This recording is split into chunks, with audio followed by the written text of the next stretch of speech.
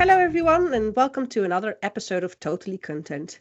We have managed to get yet another great expert to join us today, and our guest is Hans Fermont, the COO of Woodwing, joining us to discuss the publishing industry. Hey, Hans, good to see you again. For our listeners, could you just introduce yourself? Hi, Matt and Elizabeth. Good morning, and thanks for having me here. As Elizabeth mentioned, I'm Hans Fermont, and I'm Chief Operations at Woodwing. We are an enterprise information management software company, a SaaS company, and we've started out 25 years ago in the publishing industry.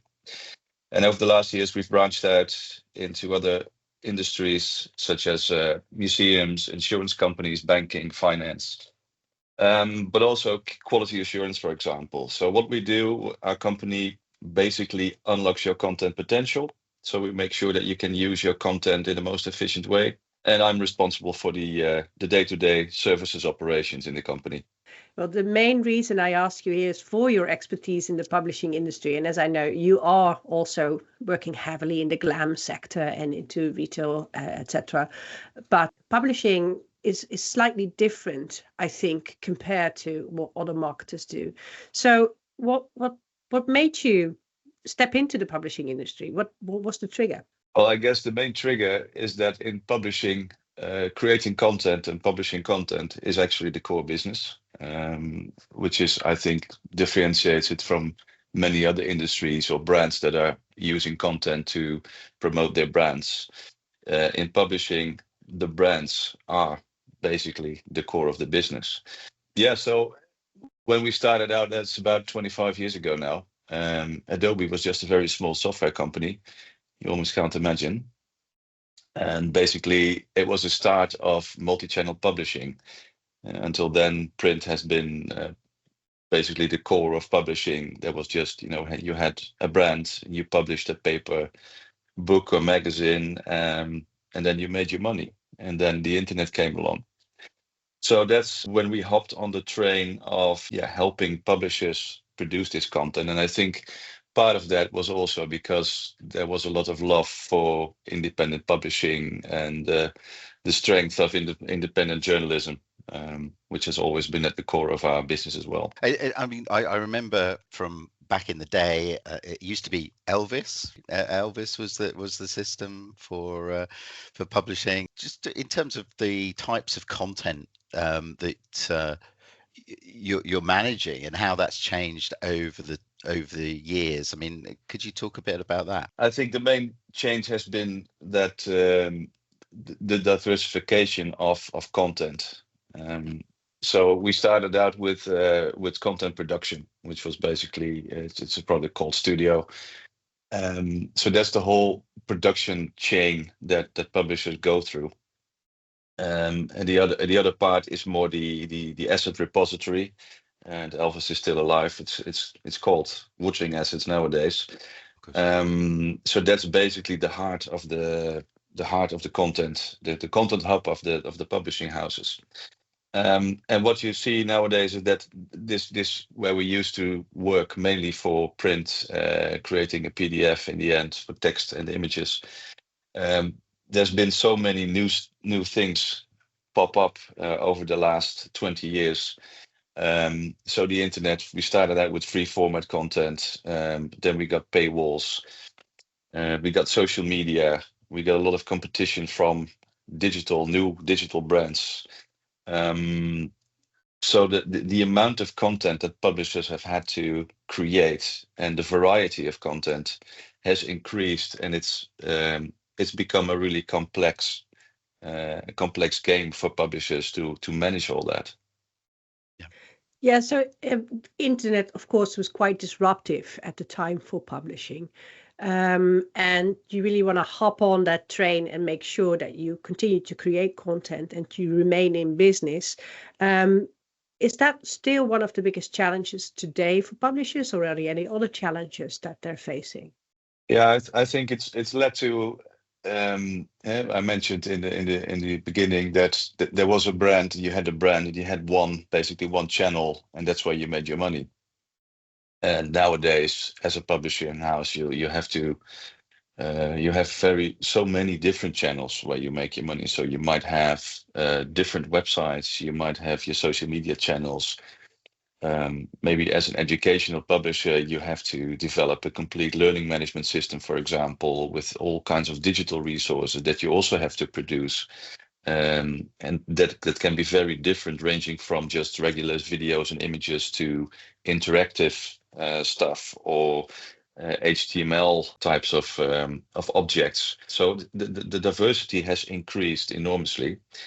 And obviously, it's still the challenge is to follow your readers and follow your consumers, because they are also changing their behaviors continuously.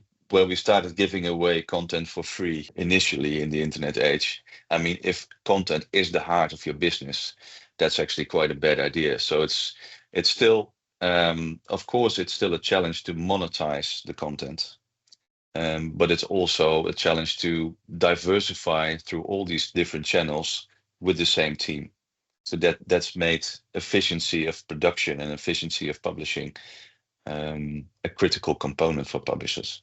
Yeah, I was going to say, in terms of the business models for publishing have changed so much over the last 20 years. I've been working on a project with an academic publisher around open access publishing, for example, where the reader is not the person that pays for it. It's the academic institution or potentially the author. I mean, I just wonder, how has your systems sort of evolved to handle these different business models? I'm guessing it's it requires a lot more sort of integration with other systems. Yeah, it's quite critical right now that you have what we call open APIs, that you have an open architecture to be able to integrate with different platforms. If we look at the whole content workflow, obviously there's different tools that you can use around the whole content process, and starting from planning to production and publishing. But you never know what's going to happen next year. So, for example, when the Apple Watch came out, we started to create content together with Lonely Planet, for example, where we basically had the idea that it would be great if you could use Lonely Planet and then create some sort of a navigation tool when you were in the city, and then you could read stuff about different highlights in the city. I don't think it was a great success, but it's just to state that you don't know what's coming, but you still have to be able to do something and to use your content and to turn it around in such a way that you can start reusing it for a completely different purpose. So that does mean lots of integration, but it also means that you need to be very agile in your development process. It needs to be that you also, and that's what we also see in publishing houses nowadays, that they are also becoming software companies in a way, because most of the bigger ones have their own development departments, have their own teams that are able to basically create as they go along integrations to other channels and to other parties. Yeah, you were just describing that publishing, your product is the content you create, and there's nothing out there that is comparison to that. So where do you get your innovation ideas from? Yeah, it's quite an interesting question. I actually think that the publishing industry, and that it's often seen as there's a lot of legacy technology in there, but it's actually one of the most innovative industries when it comes to content. And that's because they've always been looking how can we monetize our content and what are new ways to make, to create new business models. A great example, before iPad came along in 2010, I think this must have been around 2007. And I was in one of the major newspaper publishers in the UK in 2011 when the iPad did come out. And there was a big tablet sitting in a display case in the office of the executive that I was visiting at the time. And I asked him what it was. And it was actually a tablet that they'd been inventing. It had been a project, cost £30 million at the time. And it was their own their own iPad, basically. So they had been developing stuff like this before Apple actually did. And that's what we see continuously, that over the past, I think, 25, 30 years, newspapers have always been the most creative and inventive when it comes to technology. If you look at educational companies, they've had to adjust continuously and say, okay, we have to create a learning management system. How do we do this? How do we make sure that we produce all this content and get it to the right place in the right time? So that is continuously learning how you do stuff with content in a completely new way, how you create new structures, how you create new types of exports and new publishing channels as well, because every channel also needs to be created. It always has to be on brand, and it has to be in line with all the other channels. So that is a continuous innovation journey, and I think the publishing industry has done a great job in that over the last decades, basically, because we said print is dead, and we've been saying that for about 20 years. And I'm pretty sure we'll do less print still over the next decades, but it will still be there as well, and it will be there next to other channels. It's also about the customer. So if you want to monetize content, we always talk about Gen Z, Gen X, Gen Millennial, Boomer, whatever, and obviously the younger people get their content from different channels. I think the majority of youngsters and really youngsters get their information from Instagram and TikTok, compared to I'm having a news app and then someone else is doing just the physical paper. The boomers, they still prefer that. And in all honesty, I enjoy my weekend paper as well, with a cup of coffee and a newspaper. So that must be extremely challenging to on the one hand, you have all these innovative technologies, but then you also have these different target audiences that you need to apply to. Must be challenging. Yeah, I think that's one of the other areas where publishing houses have done a fantastic job, is that they know very well who their audiences are. So publishers have been working with customer relationship management tools and data around their clients for a long time. And actually they know very well what are the target audiences, what are the different brands that they can work with across these target audiences. So especially the bigger publishing houses, they all have a profile, and wherever you log on, they will know who you are and they will know what you've done before. And that means that there's a very strong position for them towards for the advertising industry, for example, because they have this very close relationship with their customers.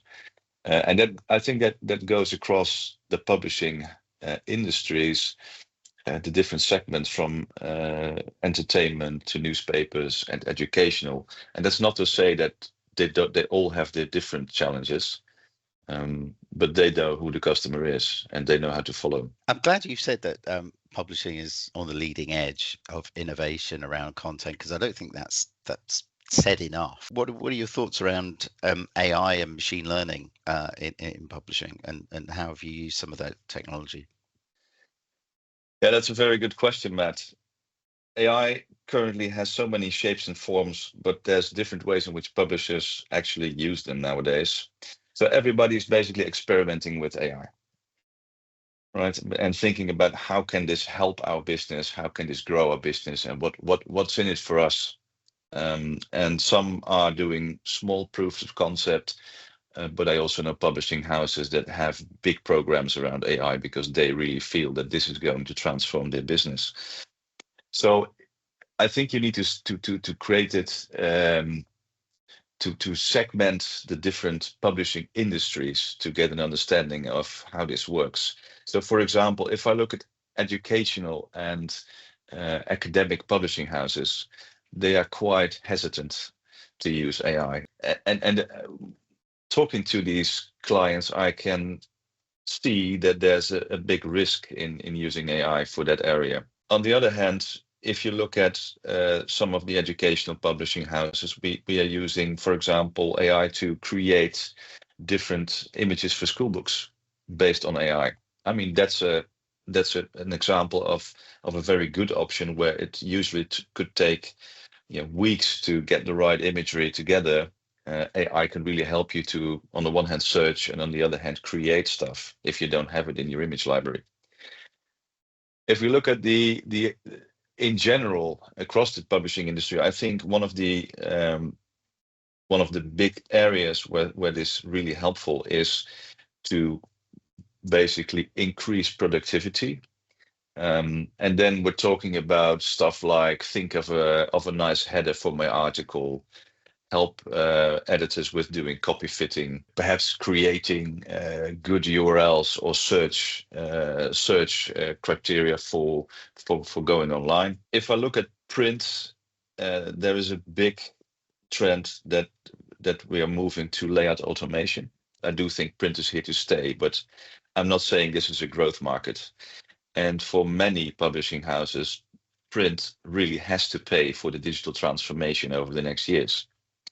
And this is why layout automation is a critical technology. So basically making sure that machine learning can help you do the layout of your pages. Another area where we see AI come up is, for example, in doing searches. So there's a lot of, as you are aware, you're both also DAM experts in that particular area. What we can see is that there's so many image libraries, video libraries, asset libraries that are completely unstructured, that lack proper metadata. And we've done first tests with vector search capabilities, for example. There's different samples in the market, so like Pinecone, WeAviate.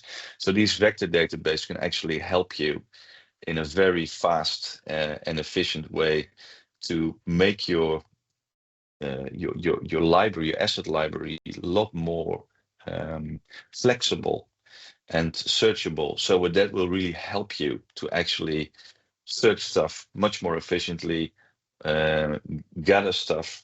I'm writing an article about a specific topic, look into my asset library for something, and it will come up with these things in seconds, and you will have a choice to pick from. And this is something that's completely impossible in the old-fashioned structured way that we use to structure DAM systems and content systems, because that all depended on either tagging stuff manually, either at home or offshore, or semi-automated. But right now we actually have technology that will allow you to basically to tag your content completely and describe your content completely automated and search for it. And that's really fantastic innovation. So those are the main areas, I think, where we see that AI will change the face of the industry. One of the things, obviously, that has been discussed is how do you trust the content created by AI? And I can imagine especially for in the news industry, so in the branch of news, AI isn't always very good on its sources, and it can just lie or just fake something. So with the whole fake news and the whole AI news, what do you think? Is there a future at all in the news industry or in the publishing industry when it comes to generating content? And how do you ensure that what you are producing can be trusted so that you remain a trusted source? Yeah, I think that one of the most important values in using AI is that you always need humans. And I think another important value is that people buy the content from your brand because they trust your brand. Yeah. So I think that if your brand starts using AI to create content, besides a header or a summary or stuff like that, I think it's quite a gray area, and it's quite risky, because if people find out that things have been written by AI instead of journalists, they might actually not like that so much. And I think it's also a big legal risk. We know that most of these models have been trained using content from publishers, actually. that has been scraped online, and I mean we're moving in such a fast pace that we almost forget that there's going to be lots of lawsuits against these AI companies, and the question is, will these lawsuits not be too late?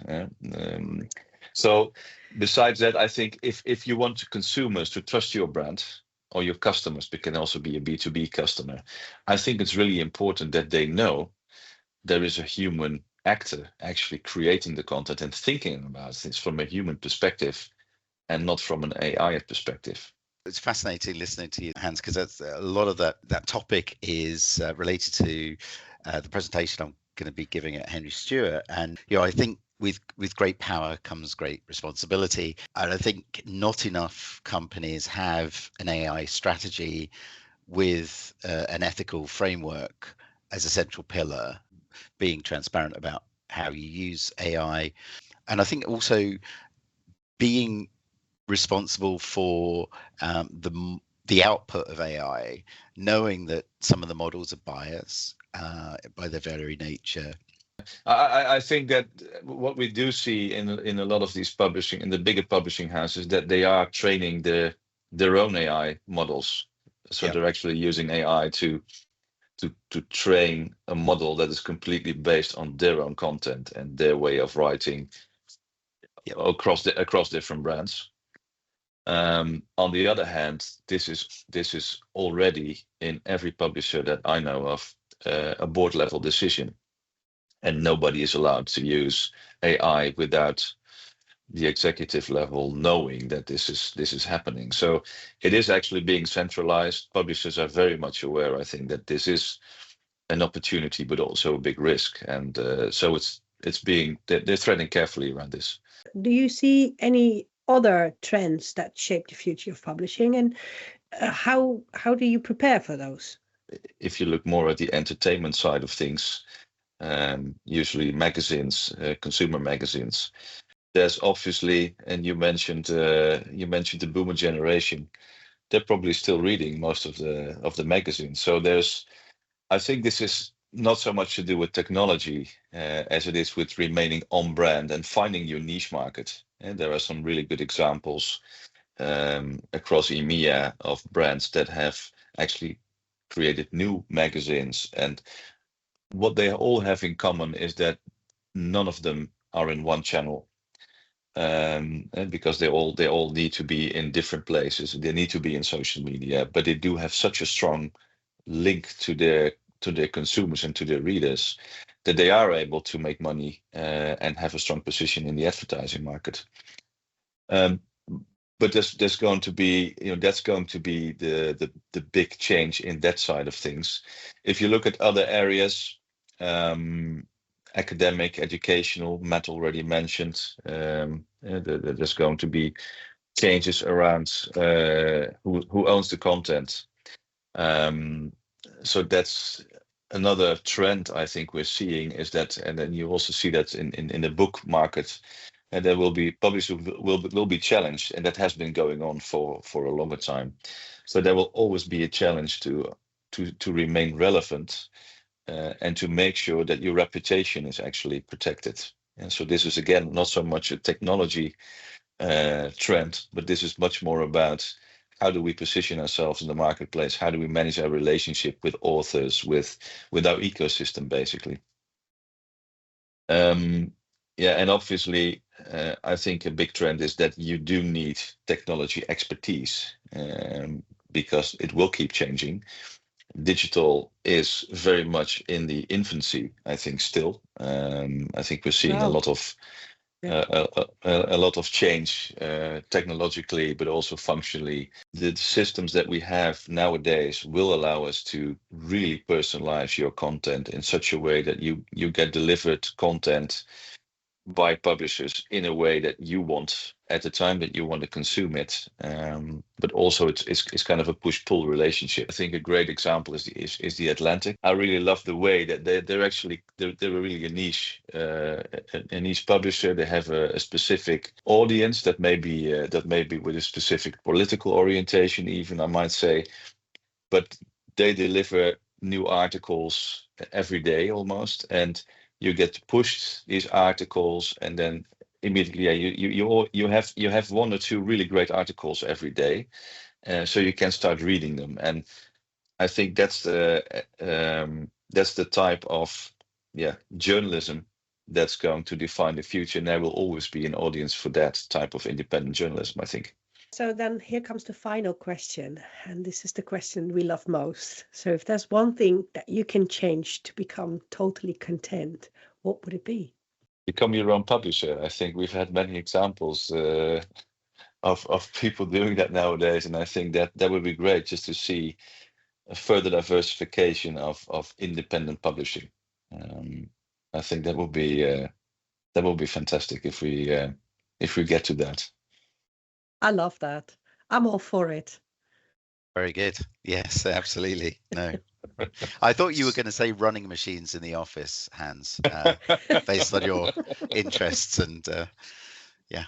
But I like to do it outside, Matt, as you know. So yeah. Excellent. Well, thank you so much, Hans. It's been great talking to you, and I look forward to catching up in person at the Henry Stewart conference in London later next month. Likewise, it's been a pleasure. Thanks a lot, guys. Thank you.